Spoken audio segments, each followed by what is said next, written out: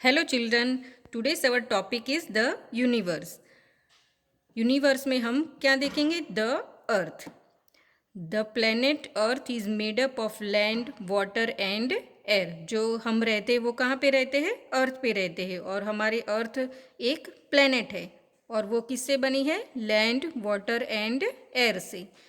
3/4 part of the earth's surface is covered with water, whereas only 1/4 part is covered with land. हमारी जो अर्थ है उसमें उसका जो 3/4 पार्ट है वो पूरा वाटर से कवर्ड है और सिर्फ 1/4 पार्ट है उस पर ही लैंड है। The air that surrounds the earth is called the atmosphere. जो अर्थ पे पूरी जो एयर है उसे हम क्या कहते हैं? Atmosphere. The Earth's neighbors. There are 8 planets which move around the sun. ये क्या है? सन है और इसके अराउंड ये सब प्लैनेट्स है, वो अराउंड उसके सन के अराउंड घूमते रहते हैं। The names of the 9 planets are Venus, Earth, Mars, Jupiter, Saturn, Uranus and Neptune. यहाँ पे मर्क्यूरी का नेम प्रिंट करना रह गया है तो उससे मिला के 8 प्लेनेट हो गए, राइट। यहाँ पे एक और प्लेनेट भी आता है प्लूटो, और वो सब मिला के 9 प्लेनेट्स हो गए। पर प्लूटो अभी ड्वार्फ प्लेनेट है इसीलिए उसका नाम यहाँ पे नहीं लिखा है। Then the sky. We can see the sun, moon and the stars in the sky. हम स्काई पर क्या देखते हैं every day? Sun, moon and stars. We can see the sun in the day time पे हम sun को देखते हैं, and the moon and stars at night, और मून और स्टार्स को हम रात में देखते हैं। The sun is a huge ball of fire. सन वो एक बड़ा सा आग का गोला है। It is made up of gases. वो गैसेस से बना होता है, वो गैसेस जलते रहते हैं वहाँ पे, इसीलिए ये आग का गोला जैसा वहाँ पे हमें दिखता है। It gives us heat and light, और ये आग से हमें हीट और लाइट मिलती है। The sun is very big in size yet it appear small to us. ऐसे तो ये बहुत बड़ा है पर हमें यहाँ से दूर से वो छोटा दिखता है। This is because the sun is very far from the earth, क्योंकि वो हम अर्थ से बहुत दूर है। The sun is a star. Sun क्या है? एक स्टार है। The sun is the nearest star to the earth. बाकी सब स्टार्स है वो हमसे बहुत दूर है, और ये जो सन स्टार है वो हमसे नज़दीक है अर्थ से। The Earth movement. The Earth moves on its axis from west to east. जो अर्थ जो मूव करती है उसके एक्सिस पर वो कैसे करती है? West to east. That is from left to right, और वो मीन्स के वो लेफ्ट टू राइट में घूमती है। This axis is an imaginary line which passes through the north pole to the south pole. ये है जो वो इमेजिनरी लाइन है, वो इमेज है ऐसी के जो यहाँ नॉर्थ पोल और साउथ पोल से निकलती है।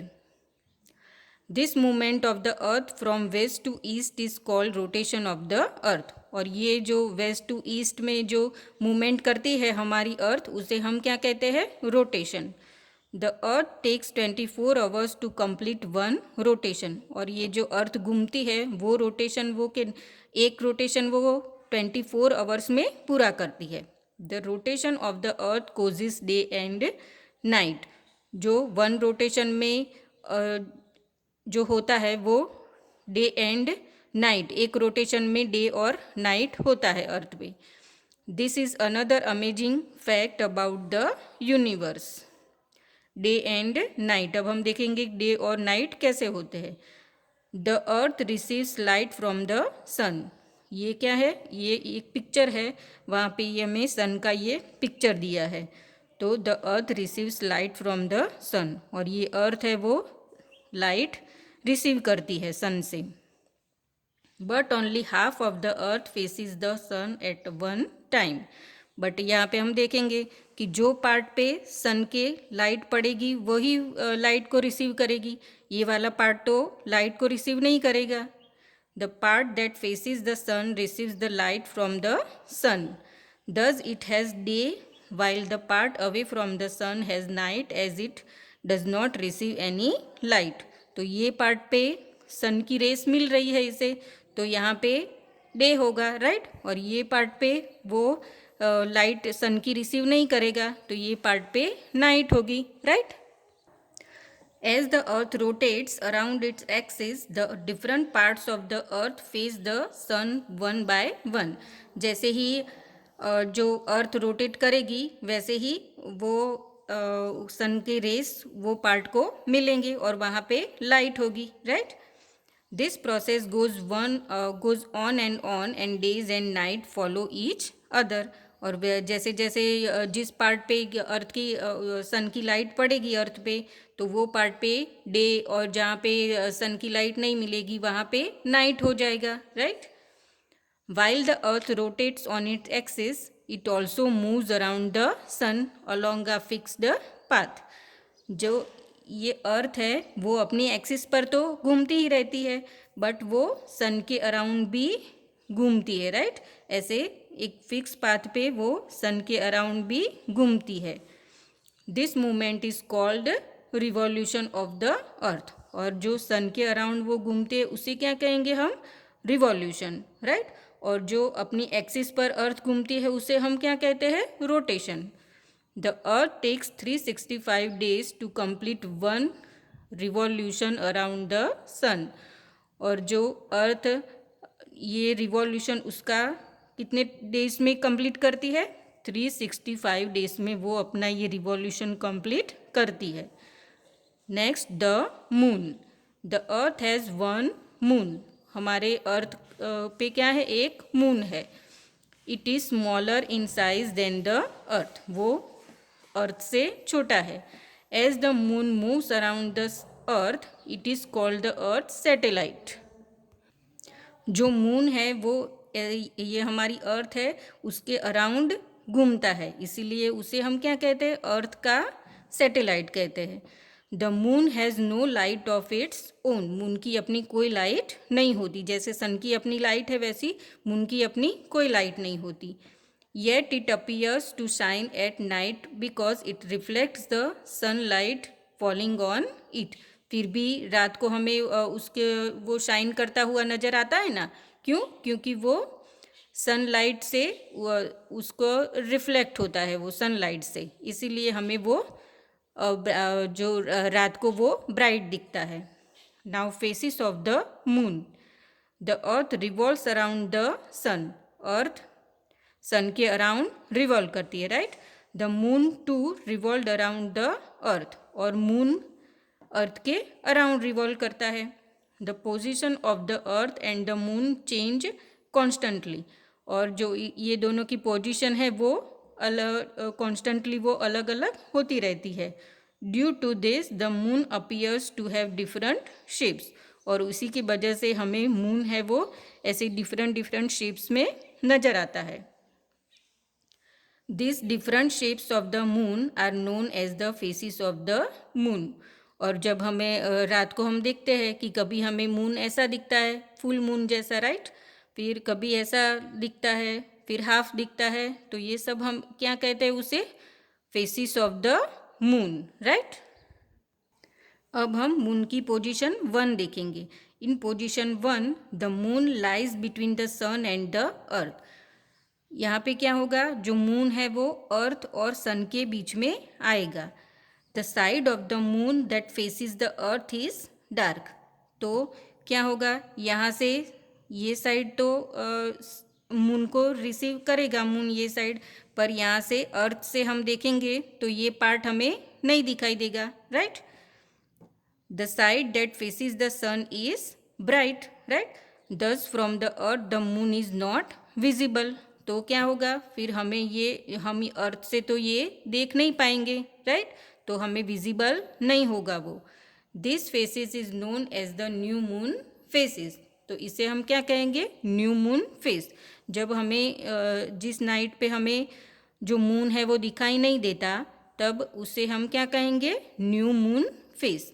तो तब क्या होता है कि अर्थ और सन के बीच में ये मून आ जाता है, तो हमें अर्थ पर से मून दिखाई नहीं देता, राइट। तो इसीलिए उसे न्यू मून फेस कहेंगे। In position 2 the earth is between the moon and the sun. और दूसरी पोजीशन में क्या होगा, जो अर्थ है वो मून और सन के बीच में आ जाएगी। The side of the moon that faces the earth is bright. और जिस साइड पे जो अर्थ जो मून है वो फेसिस करेगा लाइट को, तो वो अर्थ है वो ब्राइट दिखेगी। Thus we see the complete moon. तब हमें जो मून है वो कंप्लीट दिखेगा। This phase is known as the full moon phase. Means के मून का जो भी पार्ट है वो अर्थ के सामने होगा, वो पार्ट हमें ब्राइट दिखेगा, राइट। और उसे हम फुल मून फेस कहते हैं। Thus after the new moon phase the moon appears to increase in size, right. while after the full moon phase it appears to decrease in size। After full moon जब हमें दिखने को मिलता है और उसके बाद हम देखेंगे तो वो डिक्रीज हो, उसकी साइज है वो डिक्रीज होने लगेगी। It takes almost 14 days from one new moon to one full moon. और इस ये जो टाइम है वो कितना लगेगा, 14 days उसको जो उसकी साइज डिक्रीज होने में वो लगेगा। This is another most important facts about the universe। then the stars। the stars too are made up of hot gases। जो stars है वो भी hot gases से बने हुए होते हैं। like the sun stars have their own light and they give out light and heat। stars की भी अपनी लाइट होती है और वो लाइट और हीट हमें देता है। some stars are much bigger than the earth then the sun. कुछ जो स्टार्स है वो तो सन से भी बड़े हैं।